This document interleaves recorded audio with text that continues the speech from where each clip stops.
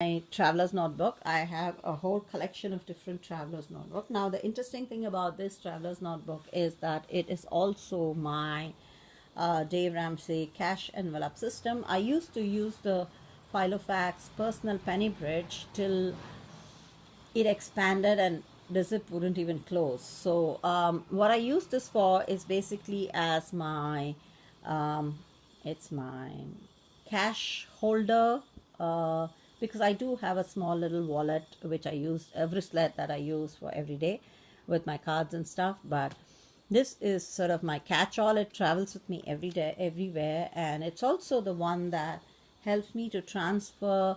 Let us say I have to do some kind of home-related activity in the office, like call up the telephone man or the plumber or fix an appointment with the doctor. Then I put those on-the-go jobs into this, and this houses my Daisy Dory. So here's the last year's January Daisy Dory that I'm using for January. So again, all it consists, in the first half I have my goals for the month, and then the work list. I fill this up the day before or in the morning.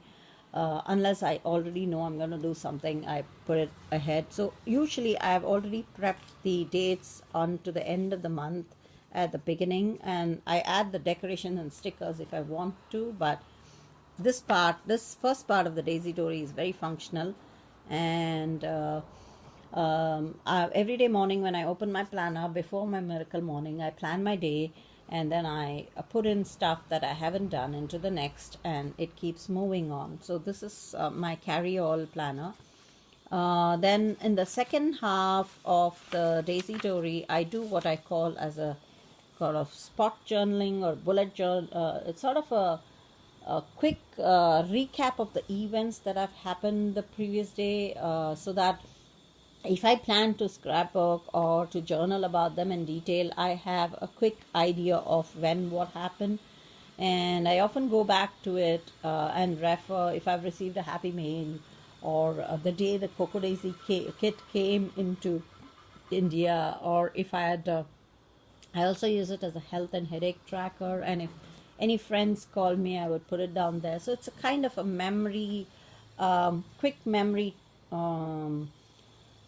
list that helps me to remember things that happen on the day. I try, and I'm thinking of adding a mood tracker, but I'm still figuring out which mood tracker to use, whether it's better to have a monthly spread of the mood tracking in one of these empty pages, or whether it is good to put a mood in every day.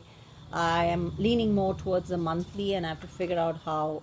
There are lots of bullet journalers who do mood tracking, and I want to figure out whether the color coding and all gets really difficult for me to follow up. I usually give that up, so I am going to try and do a sort of more functional style of mood tracking, maybe use letters and stuff like that. So that is how I plan to do the Daisy Dory. And then along with the Daisy Dory, I have Annie Prince printables yearly. This is the academic year monthly overview, and this is my quick note down. And because it's with me all the time, if people suddenly call me up when I'm traveling and ask me if I'm free to attend a seminar or give a talk, or attend a birthday party, I can quickly flip through everything, every event. This is basically just recording events and where I am, travel and holidays and semester beginnings. The most important dates are in this. This is if I have a doubt between the office and the home events, this is like the catch-all, and so it's pretty rough. Things are bound to change around in this, but that works for me. As you can see, I filled my cache here. This cache is meant for grocery shopping. I would recommend you check out Dave Ramsey's cache envelope system. It has been working for me, and it's kept me on a strict budget. Then I have a couple of stickers in here which I can use every day. I took 3 printables from Annie Printables and made them into a single insert that I've used here. The first is the Happy Mail tracker. which tracks the happy mails I have received. The second one is the budget and the project planner, which basically records big projects that I'm doing.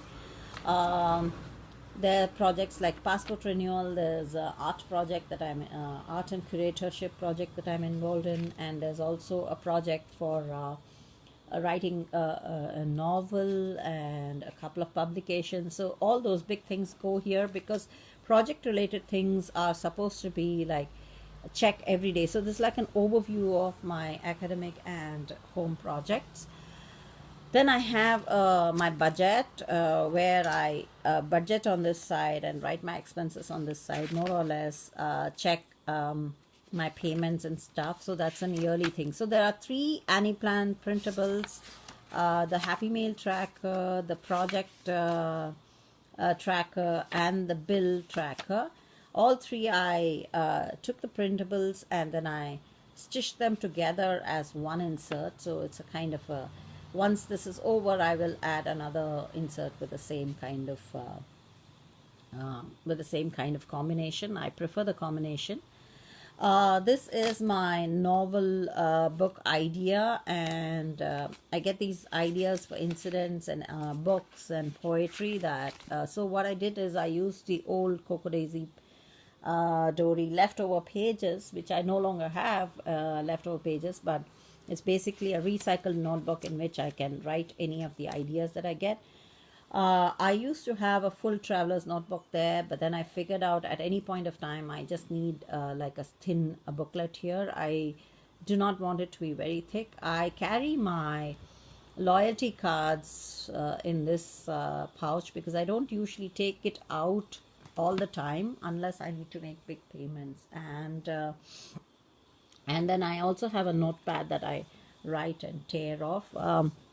My pen usually goes, usually I carry a pen gem. It's nice and smart. So this is my Webster's goal. So this is my planning system: 2 A5 planners, a bullet journal, and a junk journal. So I am actually feeling very at planner piece with this kind of a system. I may not change the basic overall system of 2 planners, 2 journals, and a traveler's notebook, but I may change the inserts that I use in any of them at any point of time. If something is not working for me, I may decide to change the way I'm planning in the inserts. Like I introduced the weekly Erin Condren type of planning inside my A5.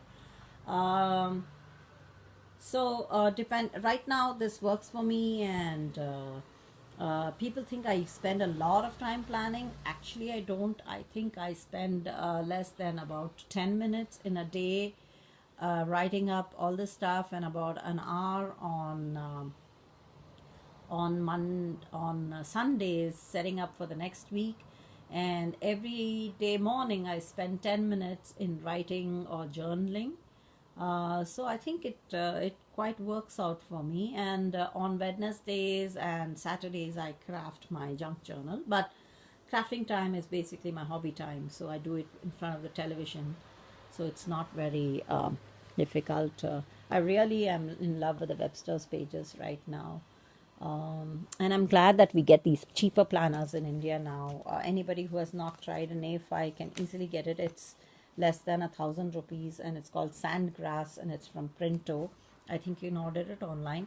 The inserts, as I said, with this are very pretty plain. You'll just get this basic page with a date on top. It's very ideal for bullet journaling. So let's see. I'll update you later with other changes if I have to make in my life, or if my planner, if I have to cut back on my planners, I will let you know soon. So I hope this was sort of informative as well as a kind of a personal sharing session about my planners. If you have any comments, leave them below, and if you'd like me to make other videos, please let me know. And as an Indian planner girl, I hope it makes sense to other Indians to start planning too, because Life gets really wonderful when you're able to schedule your life and sink into routines, and also not carry all the information in the planner in your head all the time and worry about it. So have a nice, wonderful 2018 January, and the year will be prosperous and filled with joy for you.